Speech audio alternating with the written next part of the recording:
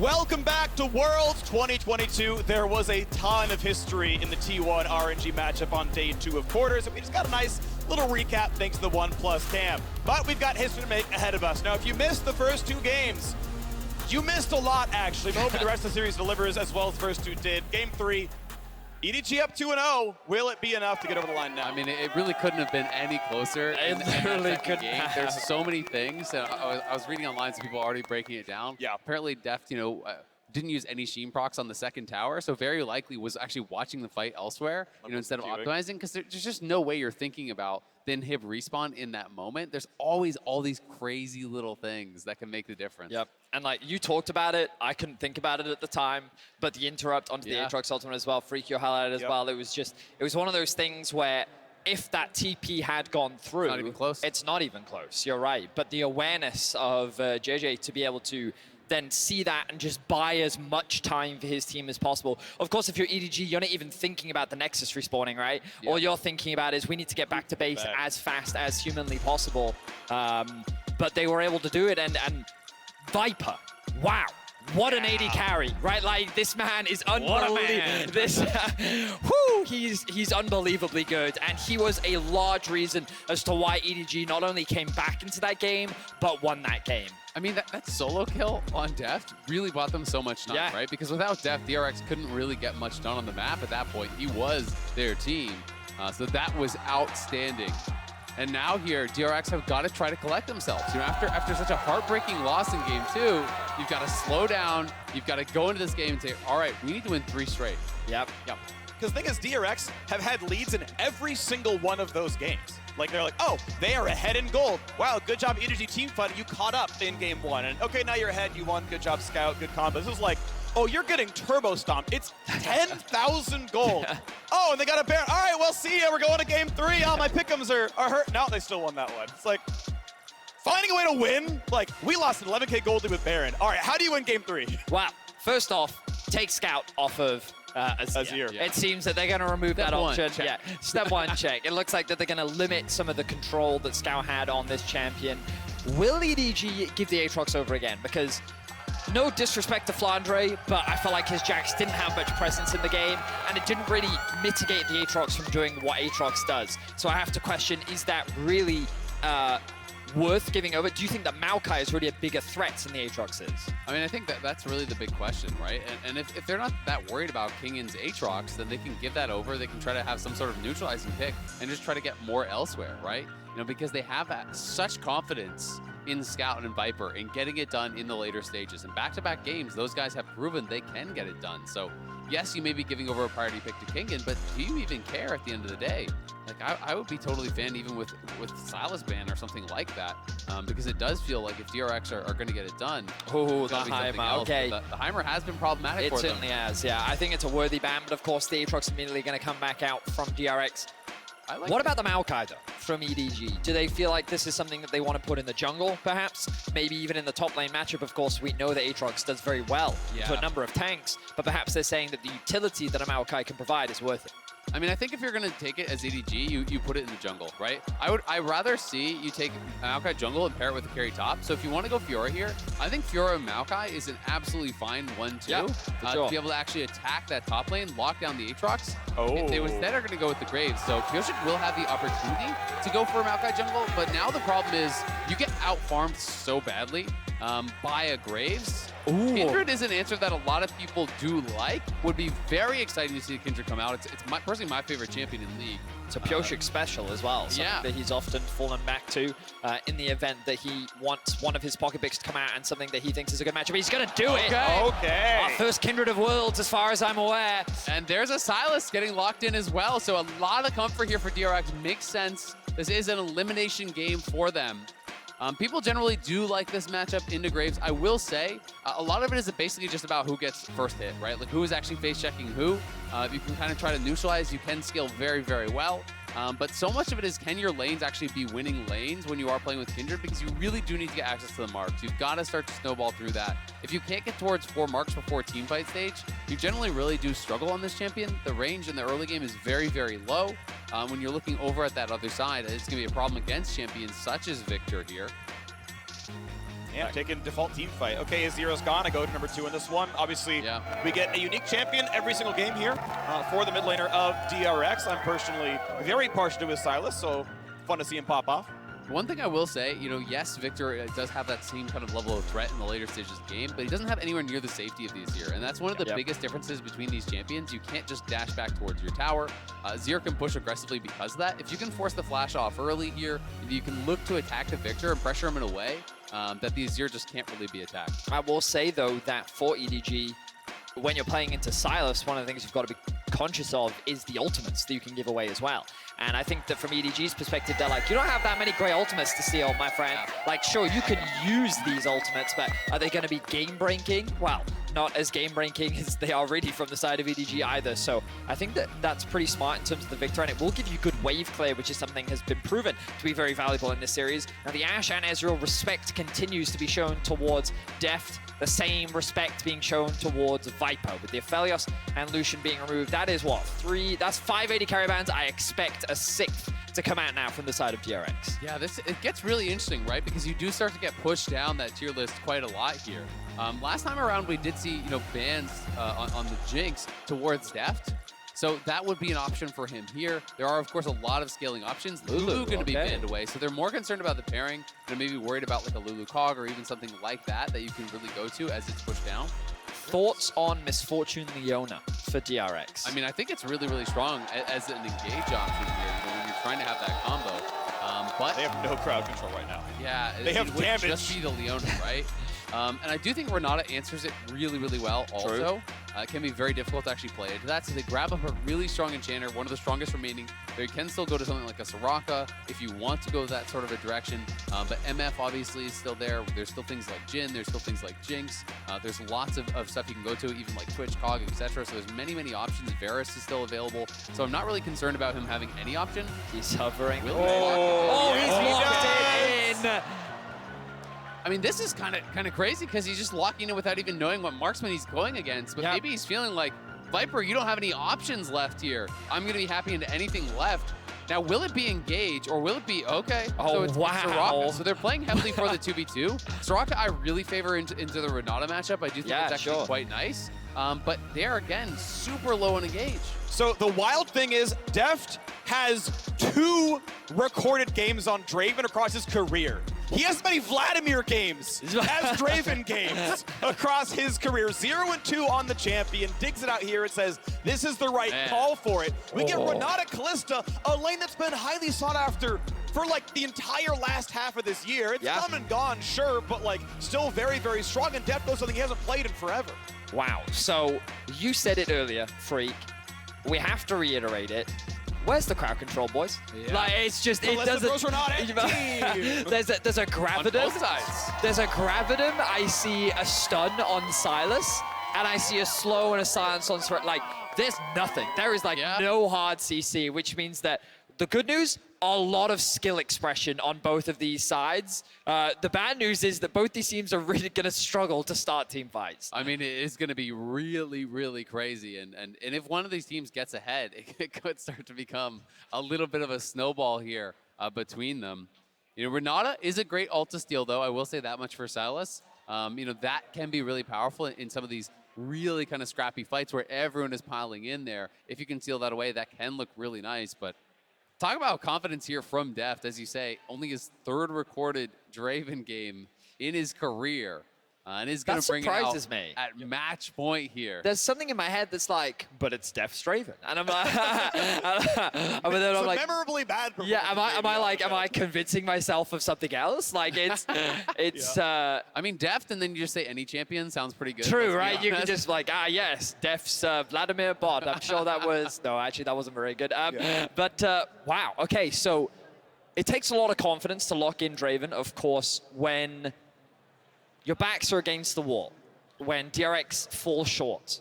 What I like to see is confidence, because I think that what Game 2 showed at the very least was that this team was beatable, right? And while in Game 1 you had a small advantage and then you couldn't out-team fight them, in Game 2 you were able to build individual leads. You held the gold lead pretty much for the whole game. And then you converted that into picks, into barons, into the Nexus being 100 HP away from falling.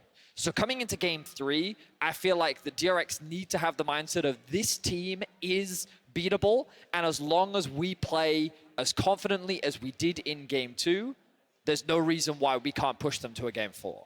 Totally agreed. Update, so there is a player that needed to change their client language. So tournament officials are going to remake the lobby, and there will be a delay getting into game, but picks and bans in the current draft will be recreated. So they are just redrafting right now. We are in the lobby, they're doing that. But one of the players just wanting to change the language on their client.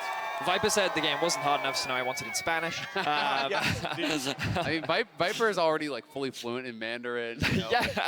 He's just got to keep learning more. Yeah, exactly. Right? That's good. Add to the list. Like try to keep pace with Shox, who's on like herself. Like one day we'll all keep up to her ascension. But to your point about, I just see Deft, and then the next word is, of course, he's good at it. His top 16 most played champions are all 50% or higher win rate. His top 16? His first 16 champions. That's quite a few.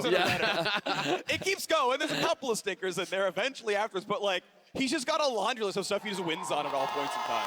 Wow. It's also really interesting, you know, his highest, well, one of his highest win rate. His highest is Jinx, but also the MF, almost 78% win rate with a lot of games. Yeah. Despite the fact that, you know, he has brought it out, he did bring it out twice in groups, lost both times with that. You know, the only MF wins we've actually seen are the MF Yuumi games from quarterfinals, and then some in play-ins as well. But it has been interesting to kind of see the evolution of the meta. And even just the drafting in this one was really interesting to me. See so much focus down towards bot lane. I believe there was 4 or 5 bot lane bans. I mean, I guess there was 6 if you want to count the supports and stuff like that. Sure. So 6 total bans down towards that bot lane. And there's just so many ADs in the pool, really. So it's like you're never going to fully ban them out. But you are trying to limit options. But I just can't imagine that they were really prepared for the Deft Draven here. And all the love for Showmaker. What a series that was yesterday. Yeah. Oh, it is fun. The audience here, I've said it like every week. I'm up here, like, y'all been amazing every single time. It's fun. I stay up here after the games. People are like, waving, we're saying hi, what? I have a selfie with the crowd, which is great. Like, you all have been absolutely wonderful here in New York. Thank you so much for being absolutely amazing for the last 2 weeks. I'm hoping Atlanta is like up to your level. I'm just saying, like, you've set a high bar here is all I'm saying. I mean, it's been two weeks of incredible games here. It's been such a pleasure to be here in New York with the live audience. We've had so many amazing games now. You know, thinking back, we're treated to one of the best quarterfinals ever, one of the best series ever at Worlds yesterday. And hopefully we're going to see we just had one of the most memorable moments I've ever seen in a World Championship before. NA is really good at hosting Worlds. Yeah. Like 2016 was a banger. It's true. And then we come back here 6 years later, and it's again an absolute banger. It's great. And like you already look at the semifinals ahead of us as well. JieJie, LPL's first seed up against T1. Yes, 369. Yeah, it's going to be incredible. And then we're guaranteed one of these two teams going up against JieJie, who went all the way to 5 games against Dalmon yesterday. So the semifinals are guaranteed to be a banger. We are getting closer and closer to jumping into the game. Loading screen I see it.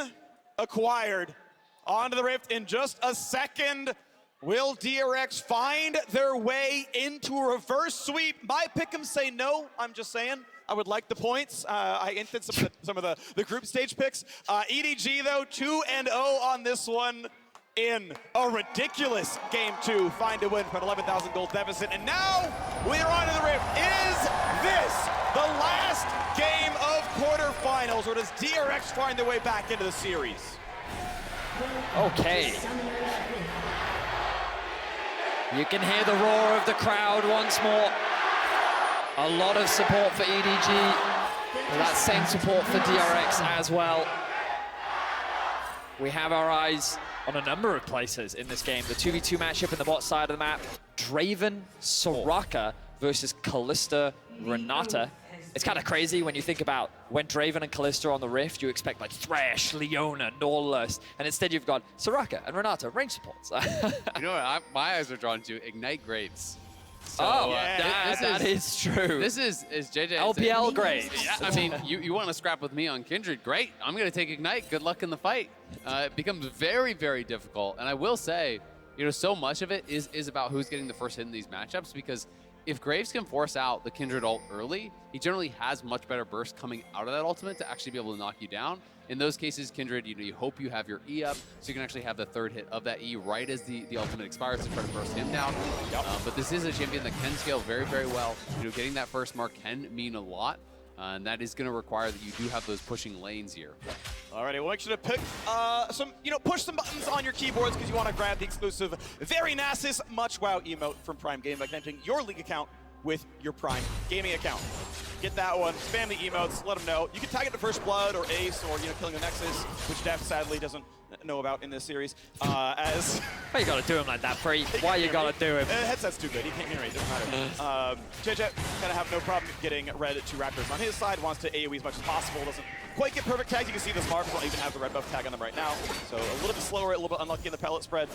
But DRX pressuring, and looks like level 2 is gonna be first for the blue side. As pretty heavy trade here. Fiora, she was moving back up in time, but with the Glasc, gets a huge health lead over Kingen. Very good trade for Flandre in the top lane, and something we have to talk about. This is the first time we've seen a Graves not invade at level 1. Of course, playing into the Kindred does add a lot more risks, not running the flash as well.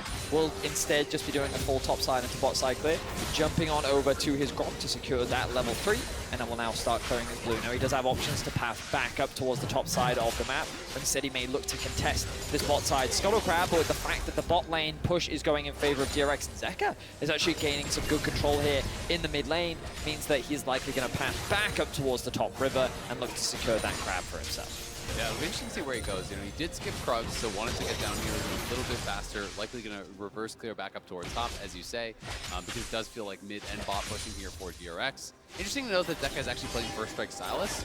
I'm not sure how much value he's realistically going to get out of this, because it is going to be difficult. Viktor obviously having very long range, and unfortunately for Pyosik, Mark lost the 50-50. We'll see if he wants to try to run up and contest. I don't know that he will. I think it makes more sense to just go to your Krugs and keep farming, but he is crossing. No, never mind. Yeah, heads back down. I think maybe understands what the path likely was from the Graves. He's going to go up and seal it out. It is mine. The reverse clear actually works out for him. He's not stuck to the wrong side of the map when the mark comes over. So yeah, wins the coin flip. First mark is, I believe, guaranteed to always be Scuttle. Once you get a single mark, it then adds things like Raptors as possible play. But at 0, it can only ever go there. So we're going to wait our solid 3 minutes until the Scuttles respawn, and we'll see if we can get it next time. Do you know where else you can get marks, Freak? Enemy champions. Murder, yes. Yes. So, but only pre-planned murder. It has to be meditated. Yeah, that's a great point. Yeah, crimes of passion not allowed.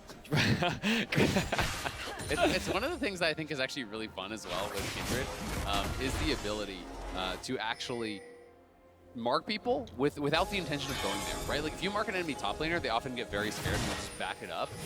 And I do believe, did he just throw it at the mark? Yeah, he did. He just threw the mark right there onto Fiora, I believe. He just changed it over. It was on Graves at the start, but I think that's what we just saw you're right. Yeah. There. Yeah. So, showcasing the Ace, better watch out.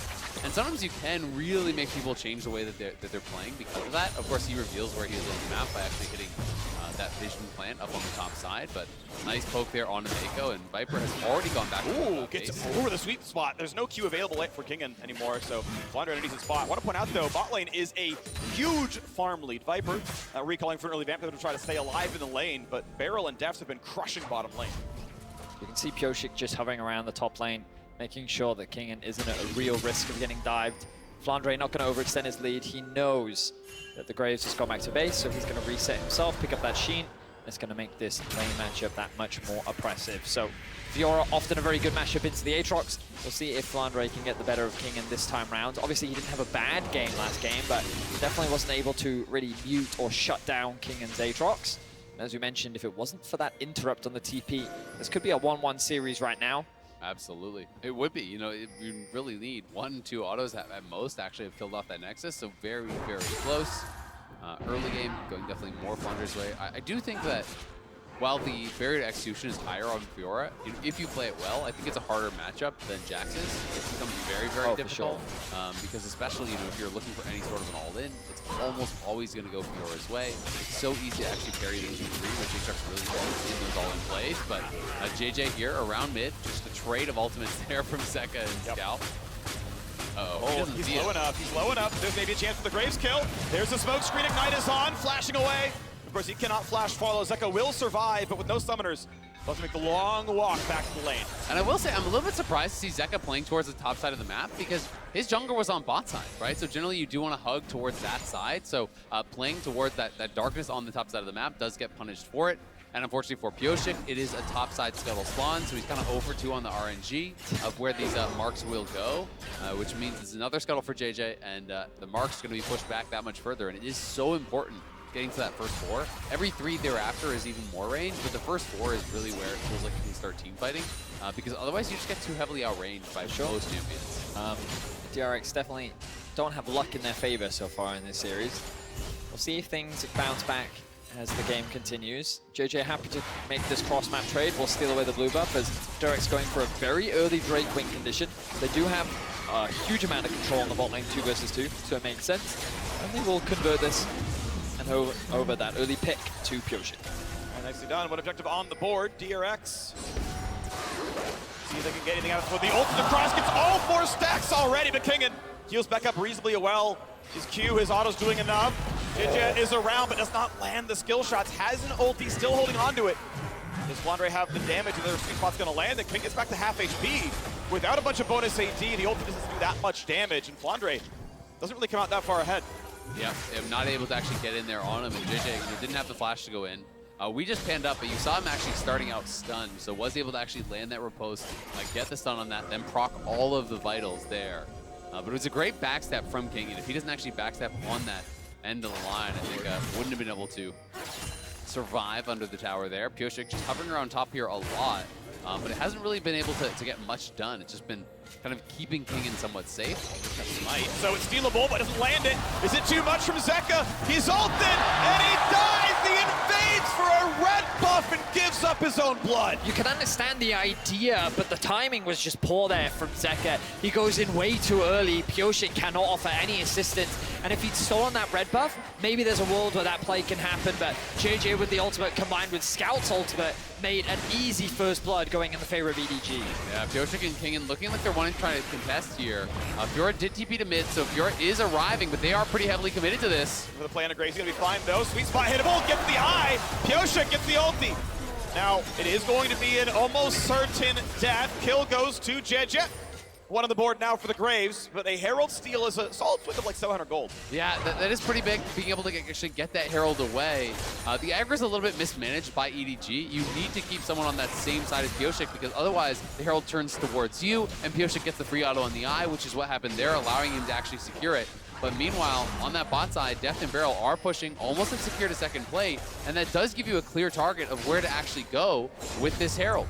Again, JieJie first towards the mark, though that mark spawning in the bottom side, and Pyosik still not able to find his first one of the game. So frustrating for Pyosik. It can really be a difference maker because Kindred can be so quick to snowball the game. But JieJie has had good control over these Scuttle Crabs. We're going to have a look back at this. So again, we talked about timing here. You can see that JieJie is already level 6.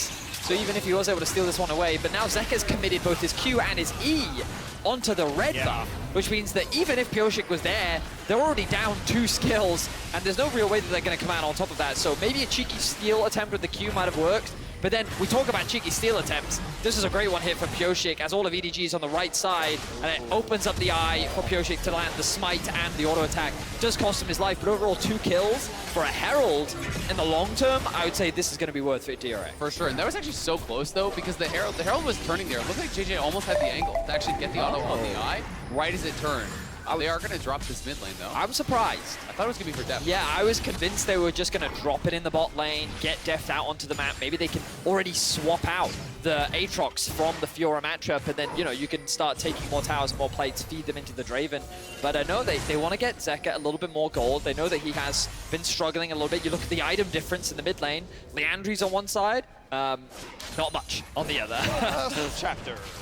Yeah. Not the best situation to be in. Of course, there was one auto away from Deft killing the second turret plate in the bottom lane. The Herald charge would have almost certainly gotten that one, plus the next two. Could have been a good share of gold. EDG with their kills, up 600 gold in the early game. Some more to be farmed though. Meiko goes for the ulti. Gonna not. Oh, he does land on a Deft, and that means the combo can land. Oh, the cash in! Executes Meiko. Viper comes in for the rest. BeryL certainly cannot survive this one. They'll wait. They'll rend him in the end. Viper should get the kill, and it's gonna be gold positive, but at least Deft got something. That was actually so massive, though. It's not even just a normal trade kill here. He had 300 stacks on the Draven that he would have lost there. It's 40 gold baseline for the cash-in, plus 2.5 gold for every additional stack there. So that's another enormous amount of gold that he's actually getting. That was worth like 3 kills, essentially.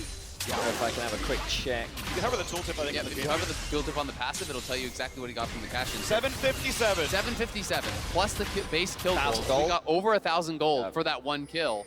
And instead, he would have missed out on the entire 757, and he would have lost 75% of those stacks. So it would have been, not only the loss on immediate gold, but the loss on potential gold. So this really does keep DRX in it. Certainly does. And you saw a situation where Deft was like, I'm going to kill both of you.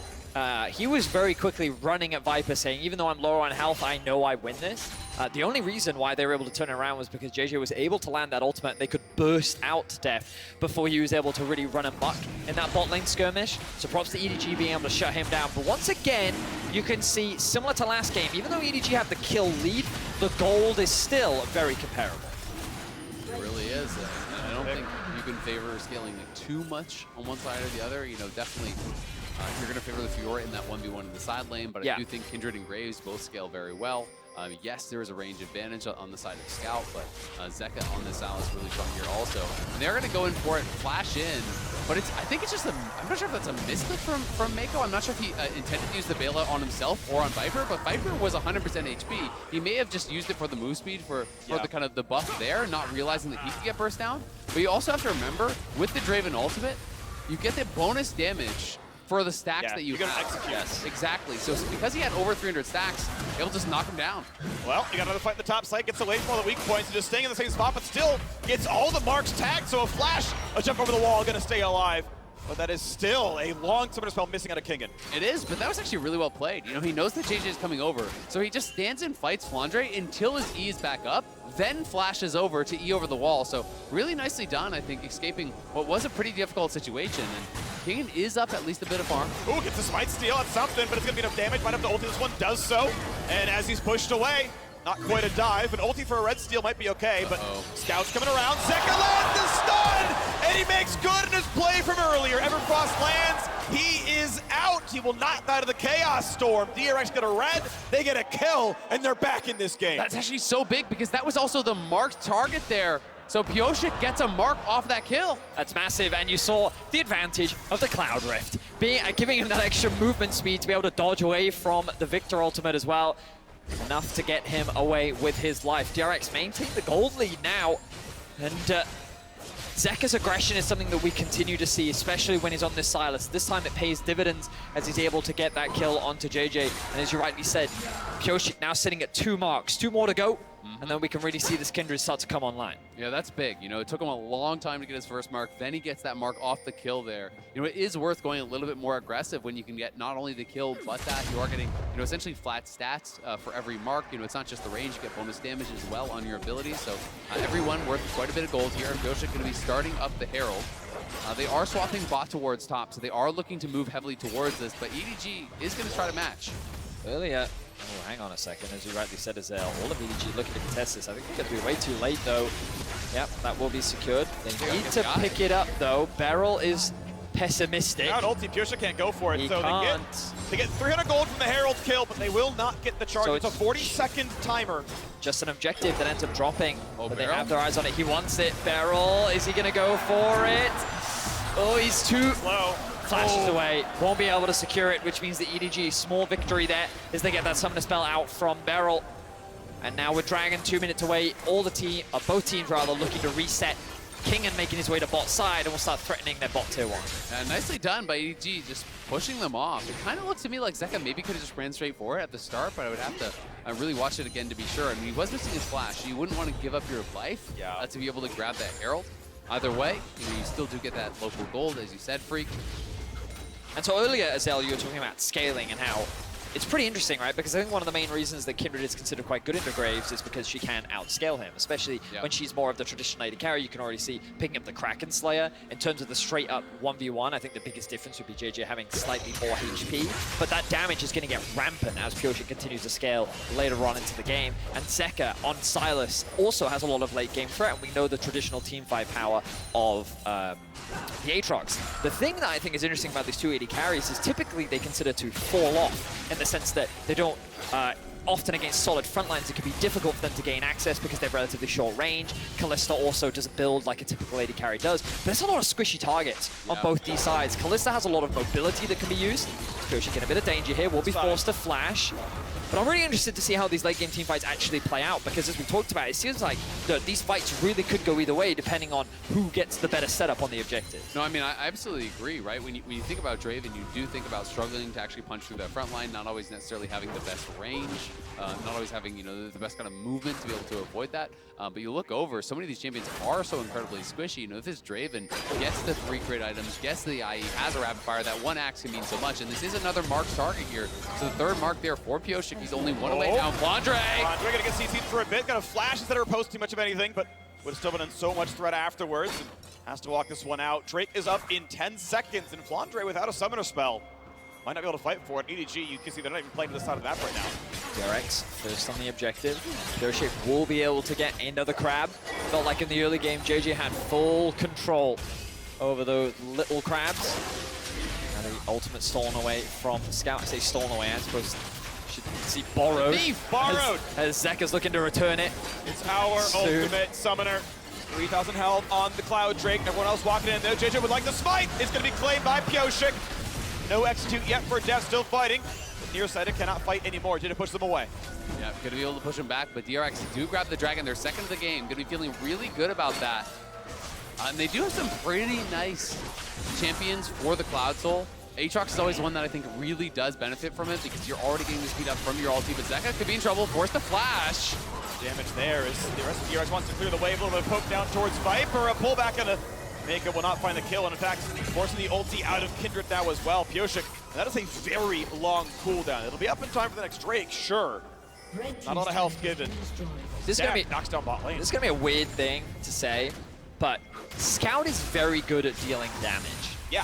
And it might seem weird, but when you think about a champion like Viktor and Azir, often one of the hardest things to navigate about these champions is for Viktor, very linear skill shots, controlling his soldiers. For Azir, yet regardless of the position that Scout finds himself in, he's always able to deal a ridiculous amount of damage, and it's just the management of his skills along with understanding the limits of his champions and the flexibility in his pool. He's just such a talented mid laner. It's always someone that you have to respect and understand that he will always be a threat as the game continues. Absolutely. This is a guy who, back in the day, did train under FLICKR, came up with some right, has been in the LPL for such a long time. Part of EDG, who is the most successful regional organization. They have 6 championships, I do believe it is, in the LPL.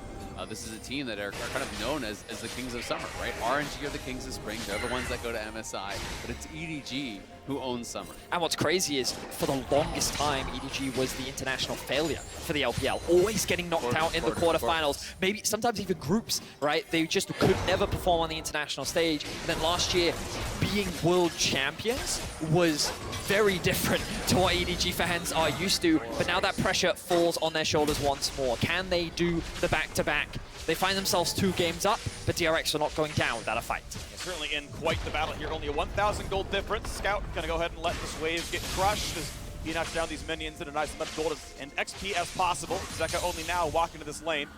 He lets the wave die. He'll get the rest of this gold, pick up the 500, and walk away clean, putting the game a little bit closer. 500 gold difference, 2 Drakes to 1.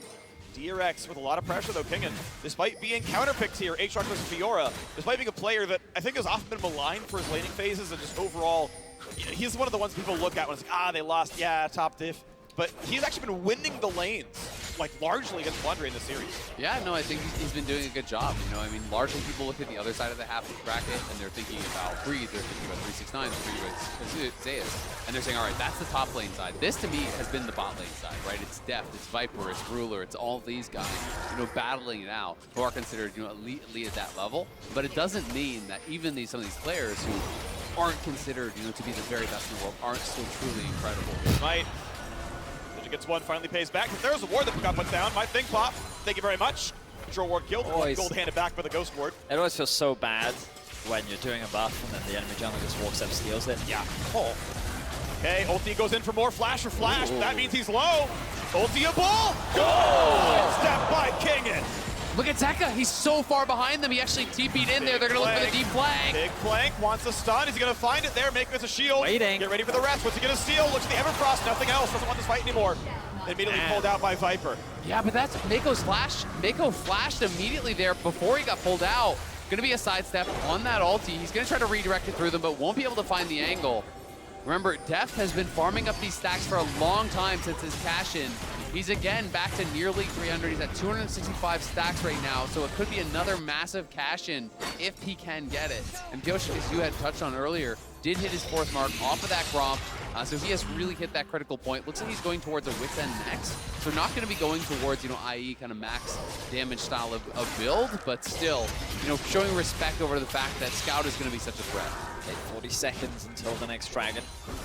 DRX do have the push in bot. They have control over mid. When you look at the vision around this objective, you can see there's one deep ward around the Raptors for EDG, but not really much else. Not much vision has been invested. It's largely been a contest over these waves.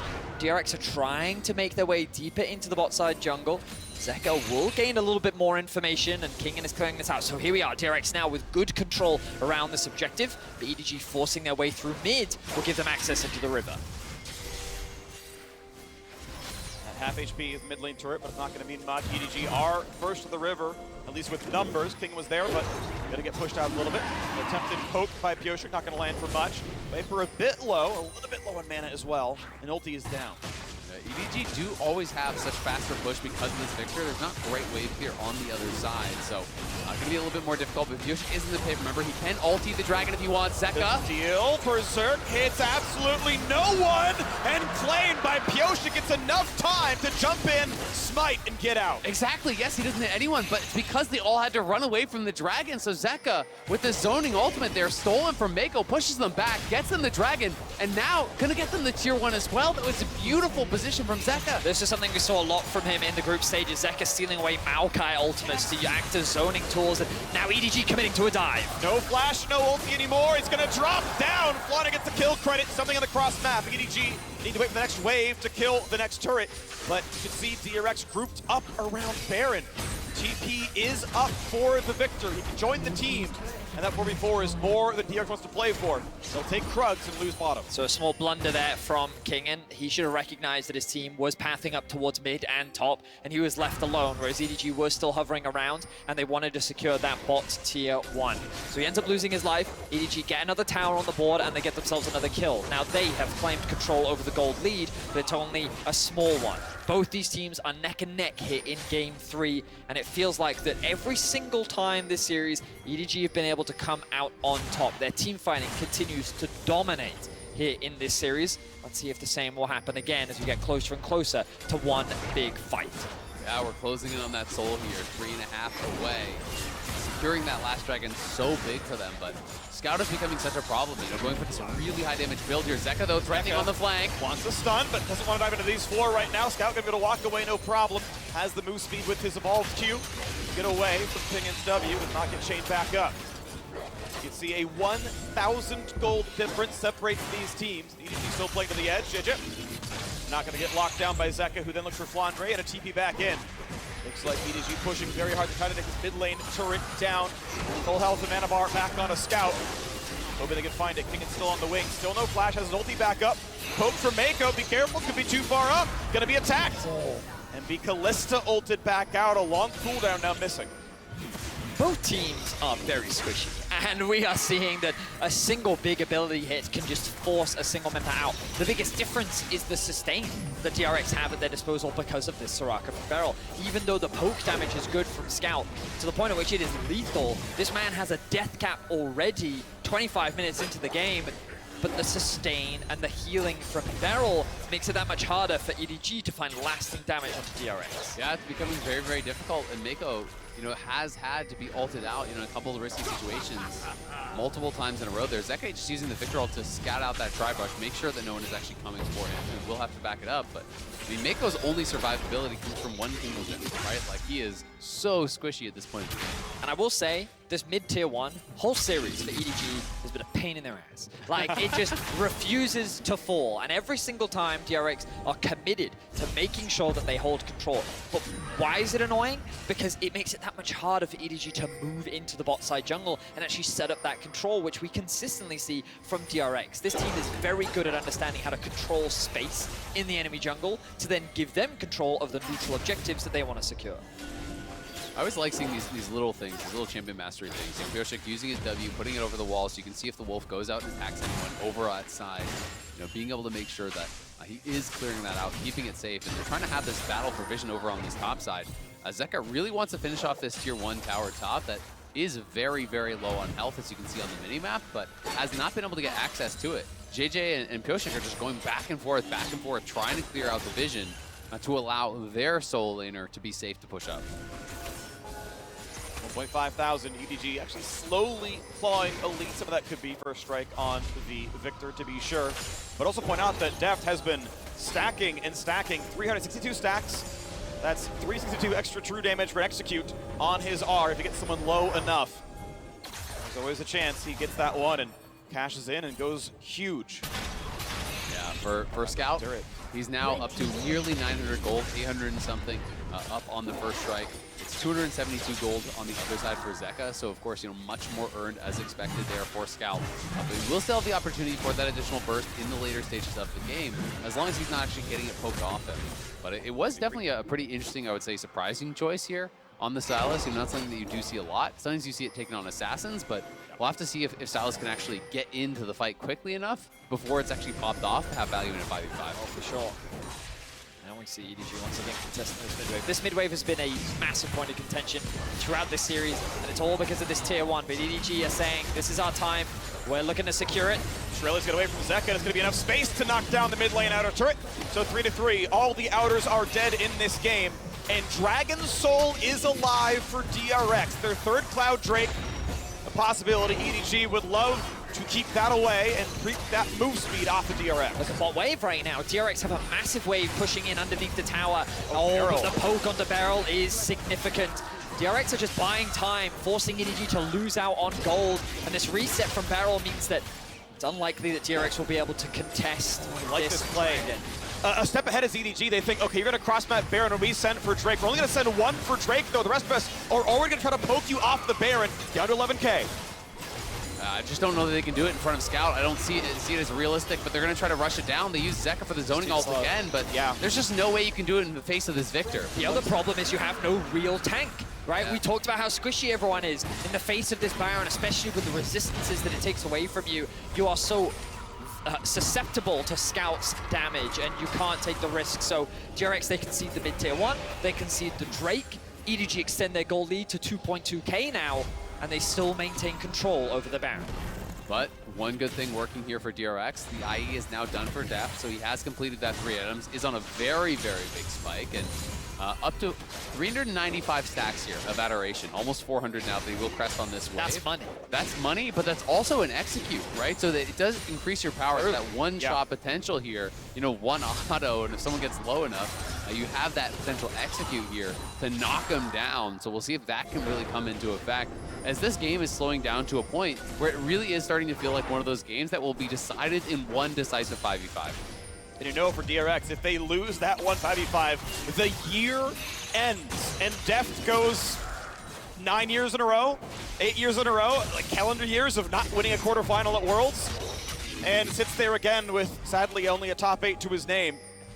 Zeka's international debut, honestly on the Sylas, looked pretty good, but has not gotten his team over the line just quite yet. We still wait for the next bit of the game we've played out. 3.5 still to go until the next chance at a Cloud Soul. EDG mostly going to play for the top side. It feels like they are the ones with pressure over the map with a 2,000 gold lead. I will say, I think the EDG could leverage Flandre in a side lane a little bit more. Perhaps they are concerned about him in the 1v1 matchup, but they really shouldn't be. At this point, Fiora should be able to outplay and get the better of the Aatrox, especially with the level advantage that Flandre does have. And because they can create this threat and then have the TP, they can just dance around the Baron. I like this a little bit more from EDG. They are a little hesitant to overcommit for the time being. They're moving back to mid, making sure that they have this push, but I feel like EDG actually have a lot more options on the map than they're leveraging. Instead, for the time being, they're just slowly farming, making sure that they clear out the vision. Perhaps they're just waiting for the next dragon to spawn. It feels like that's what they're playing for, right? You know, even with this Fiora, as you're saying, they could play on the map more heavily, but it feels like it's more about the 5v5. You know, even the build here for the Fiora, going for the Frozen Heart here, you know, trying to prepare for that 5v5 against this double marksman. The EDG, they say enough is enough. We're going to start up the Baron here. They're going to pull Kingen up, who's not there quite yet, but it's not going down very quickly. Again, there's no front line to hold it easy. It's an awkward force. The Renata shields aren't enough. Like, there really isn't a way to sit there on Baron and be like, because if you poke at them, there's no engage. You can't peel off Baron easily and be like, we're full health and we Ornhorn. We're going to find the move speed on towards BeryL, and he's able to flash to stay alive. Somebody heal now down as well. The whole squad stuck in a little ball, but no one finds the engage back onto it. Scout looks for the poke, can't find it in the fog. At the end of the day, trade of flashes there. Meiko flashing in, trying to find the handshake onto BeryL. Couldn't quite do it. Not going to get anything more of that, but yeah, neither team really has the engage. So if both teams are okay farming, it's going to be a lot of farming, right? You know, you're not able to actually find that pick very easily unless you can get someone to face check into you. But because both you guys have highlighted, neither team has a tank. The Baron tank is not that safe. EDG, though, going right back towards it. It is spotted now. What can they do about this? They're a team fight. Zeka gets interesting ulti. He can throw in a teammate. I'm not sure who he's bound to. He can pick at the start of the game to buy a black spear and tag someone for it. Not sure who his friend is, but regardless, not going to find a chance to use the ulti in that fight. Yeah, it's possible it's Pyosik. That's the most common generally. You know, when you do have mid lane Sylas, you just grab onto your jungler. So if there's a potential Baron Seal opportunity, grabbing that would have made sense. You could even, you know, have him flash in and then pull him out and things like that.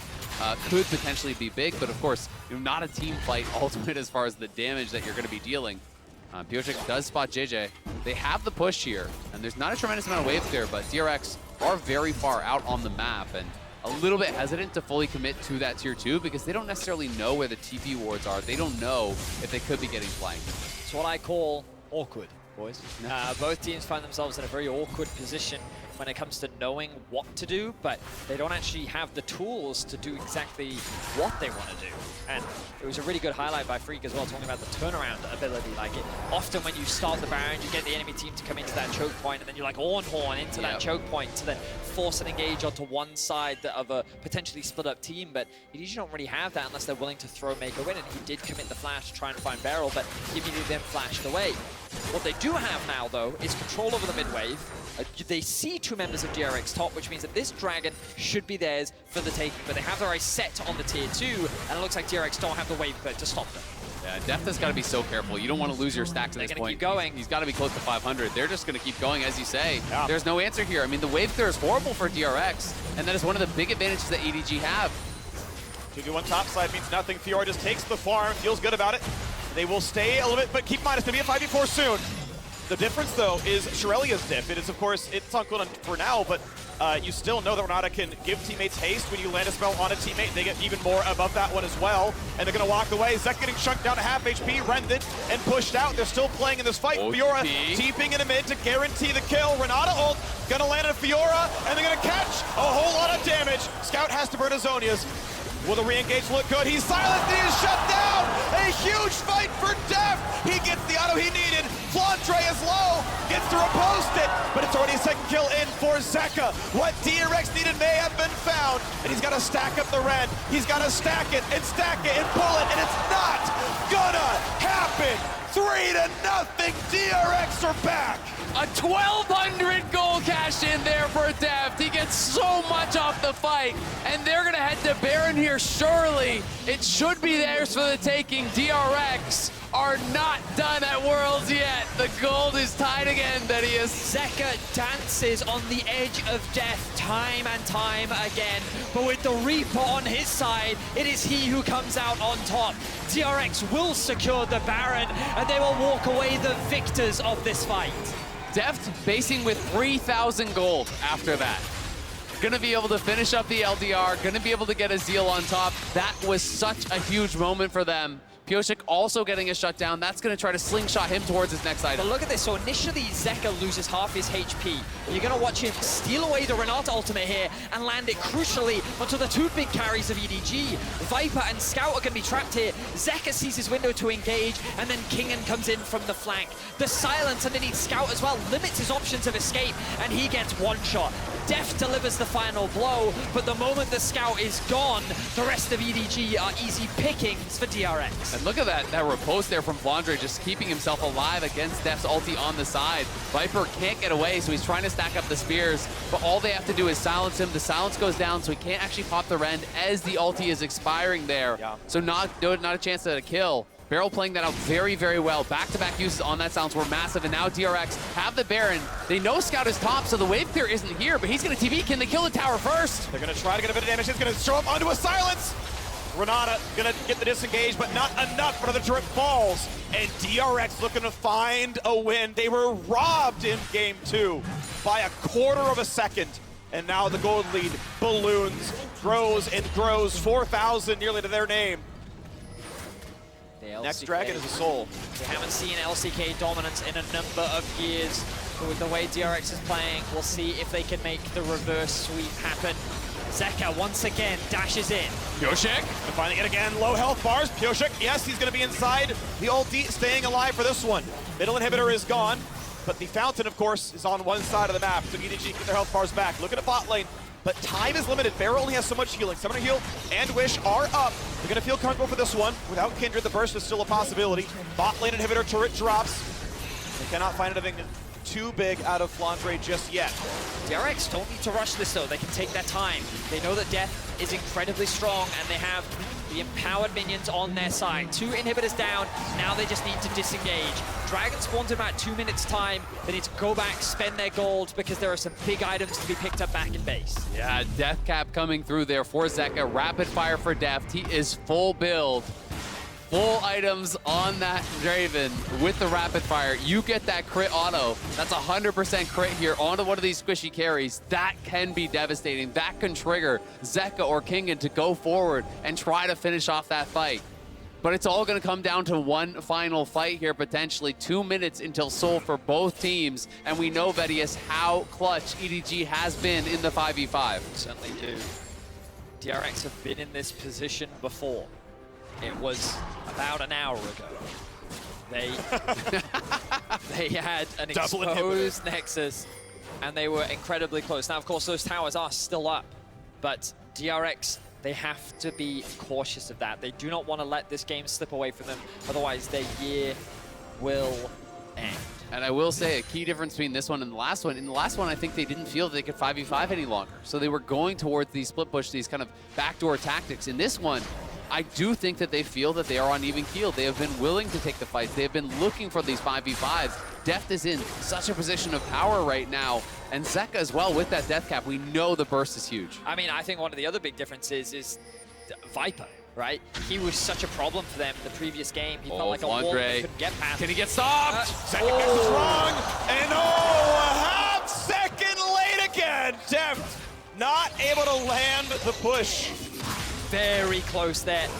DRX almost secured themselves a pick, but it doesn't matter. TP now gone for Flandre. That silent threat isn't there. Zeka can stay top now as he pushes in the top wave. We'll have the teleport available. Notice, too, that the bot lane is pushing in favor of DRX. Big crit on to Meiko. Should force him back, and this is likely the soul for DRX. It looks like it will be. They're going to TP back here, and we can see Meiko is basing. It's 20 seconds until spawn. Will they try to get out there? Flandre just based and completed his death stance. He doesn't have TP, but they are running out of the base here. It looks like they want to try to find some sort of an angle if they can. Taking all the vision first, right? Getting everything, so you have to walk through 7 miles of fog of war. Get anything done, then it's down to 4 seconds. Absolutely no wards down there, which means there's nothing you can easily do as EDG. You're going to guess, what's safe for us? And the answer is nothing. As Drake is burned and slain, and a Cloud Soul comes through for DRX. And Pyosik picked up another mark. He's up to 8 now on the Kindred, so he's got his second range upgrade already at the 7. He's just going for bonus damage there, bonus stats. He's going to have that backline access. And I love the purchase here of the Black Cleaver. CDR very effective on the Kindred. And is going to be cutting down the armor for the Aatrox, for the Draven, as well as for himself. EDG can feel the pressure now. DRX are slowly but surely claiming more control over the map. These items are terrifying. DRX, they feel like an unstoppable force right now, but EDG have a tendency to find these miracle fights where you least expect it. They are still very well respected in the LPL and internationally. And this team is a team that you cannot afford to underestimate with the names that exist on this roster. Absolutely. You can see Viper knows the physical damage threat there is massive.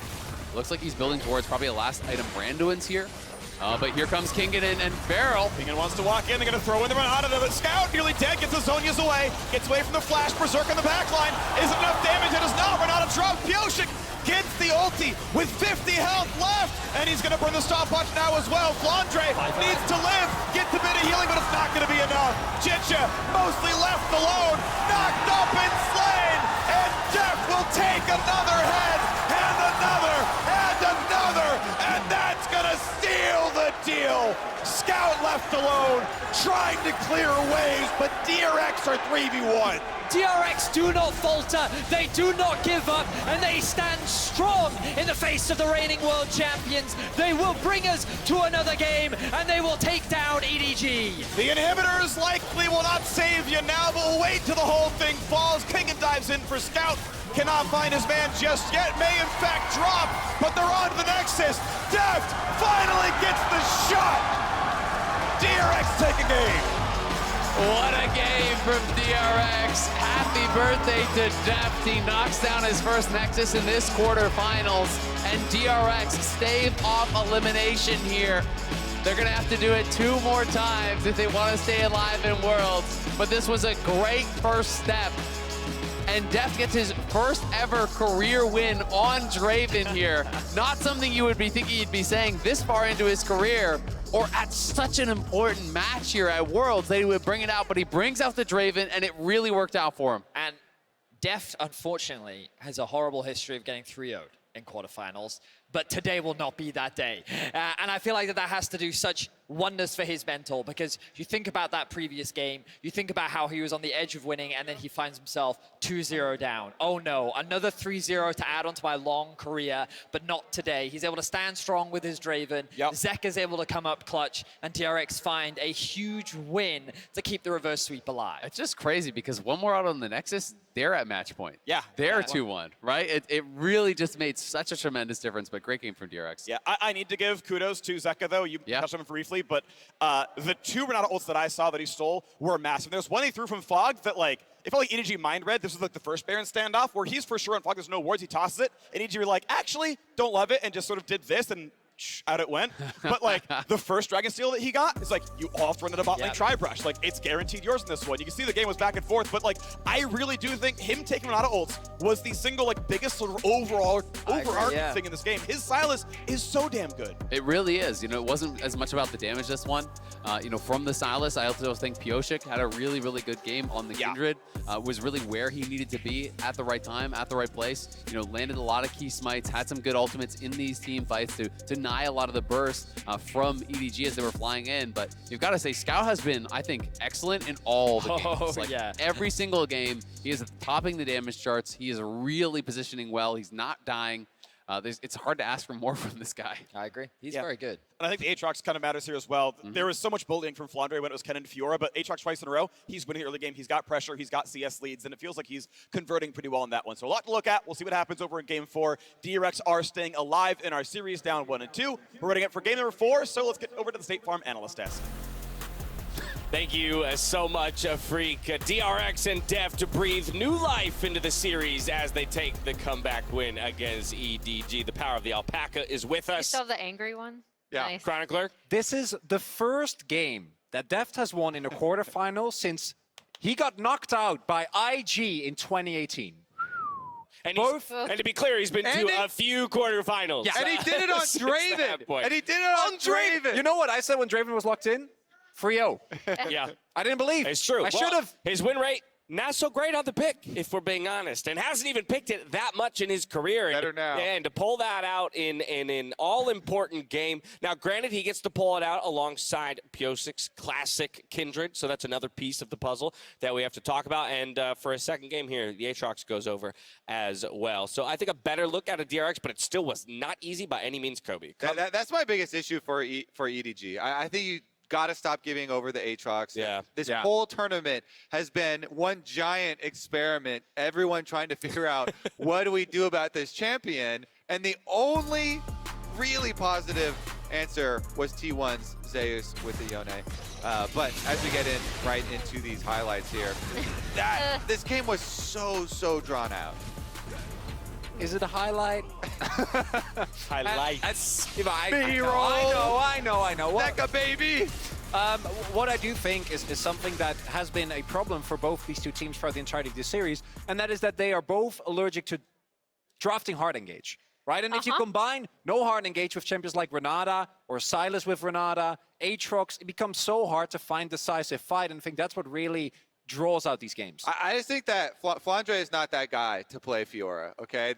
His split pushing was atrocious in this game, trying to ever get side lane control for them and then teleporting in at the inhibitor right into the face of this big stolen Renata. Ultimate was one of the big failings there. This is a problem I have with a lot of Fioras, not just Flandre's, but this is actually, so in my opinion, EDG actually could have won this game if they hadn't overforced here. It's just everything you don't want to happen into this fight, including a TP that's about to come through from Flandre as the stolen Renata ult comes out from Zeka. One thing that is crucial if you are playing a Fiora is that you need to recognize when you can be getting side lane pressure, and your team needs to also be able to play around that really well, right? And in this, we saw them over-grouping. This TP is kind of an example of it. This was more just they stayed too long and then tried to commit to getting that inhib health because it was so close to going down. And in my opinion, this is what really gets DRX back into the game. They get Baron off of this. 1,000%. But yeah, like to the Fiora point, my big issue with it, and I've been really critical of this with multiple teams, I'm about to be critical of it with EDG and Flandre, is that the strength of Fiora as this Aatrox answer, right, is that you have ultimate side lane pressure. You're supposed to be hammering turrets down while the rest of your team is doing something else. And Flandre was almost entirely with the team. I'd love to see like a proximity stat on that. And also they were almost always around mid. They tried we to spent that way mid, too much that mid tier way one. too much time group just 5 in the mid lane. Yeah. And yeah, it definitely, again, I just want to contextualize this whole conversation with the fact that we opened up the day saying, or expecting rather, that neither of these teams would be ultra top lane focused in their picks or their play, and yet they've kind of, you know, they've disagreed with us. This was such a great team fight from the solo laners here from DRX, with both Kingen and Zeka getting right to the back lines. It made it so easy, created so much space for Deft to just run them down on the Draven, finishing out this game. Honestly, yeah, it was crazy, and you could see the angles there for EDG and some of the openings, but I'm excited for DRX to push us further in the series. I'm glad you brought up the top lane pressure, Dash, because I think it's super interesting, especially in a game like this, right? Where you have Draven and then you have the Kalista. And we know that Kalista, even though it was picked into the Draven and might not be the best answer to it, she can take over an entire bot side of the map, right? And have complete Drake control, that kind of stuff. And I was expecting the junglers to path bot side. And they both are still pathing top. I mean, and I'm going to quickly bring our bingo card back. Yeah, we already hit bingo, by the way. Well, we did already hit bingo, but the reason I'm actually going to bring it up is because a lot of the things we put on here are about bot lane and about putting your top laners on things like Gragas, you know? So, like, weak side top lane, go we bot, had a proper bot things like dive, that. yeah. No ganks top, exactly. Like, what happened? I don't know. Are you used to seeing DRX play through topside? No, Because I'm not. no, because they shouldn't, because they need to draft on. I've already been over this. Okay, all right, but now let's talk about this fourth game, okay? Because DRX did come away with a victory on the back of some very impressive Draven play, but an extended game at that.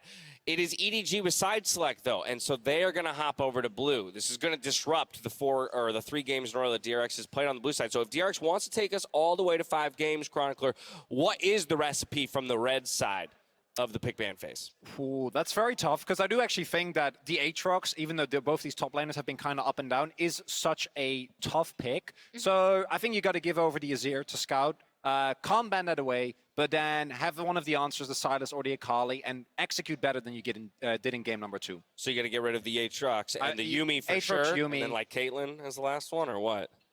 Yeah, maybe. That will be a good one. I like it. I got Chronicler on my side in this one. Deft and all of DRX have made the first step towards the semifinals. Let's see if they can tie up the series in game number 4 right after this.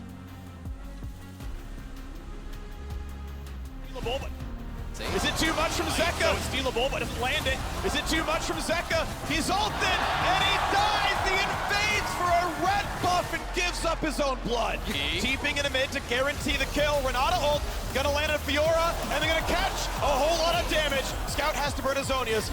Will the re-engage look good? He's silenced, he is shut down! A huge fight for Deft! He gets the auto he needed. Flandre is low, gets to repost it, but it's already a second kill in for Zeka. What DRX needed may have been found, and he's got to stack up the red. He's got to stack it and pull it, and it's not gonna happen! Don't ever say it's over if I'm breathing. Racing to the moonlight and I'm speeding. I'm headed to the stars, ready to go far and start walking. Don't ever say it's over if I'm breathing. Racing to the moonlight and I'm speeding. I'm headed to the stars, ready to go far and start walking.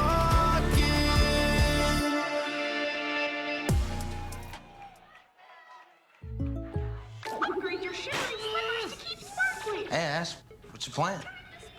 A new and very serious game, Jake from State Farm, but these in-game purchases are wrecking my wallet. I can't keep sparkling, Jake. I need a sparkle. State Farm has options like combining home and auto, so you get a rate that fits your budget. Very nice. The gameplay is really strategic, I swear. For surprisingly great rates that fit any budget, like a good neighbor, State Farm is there. Call or click to get a quote today.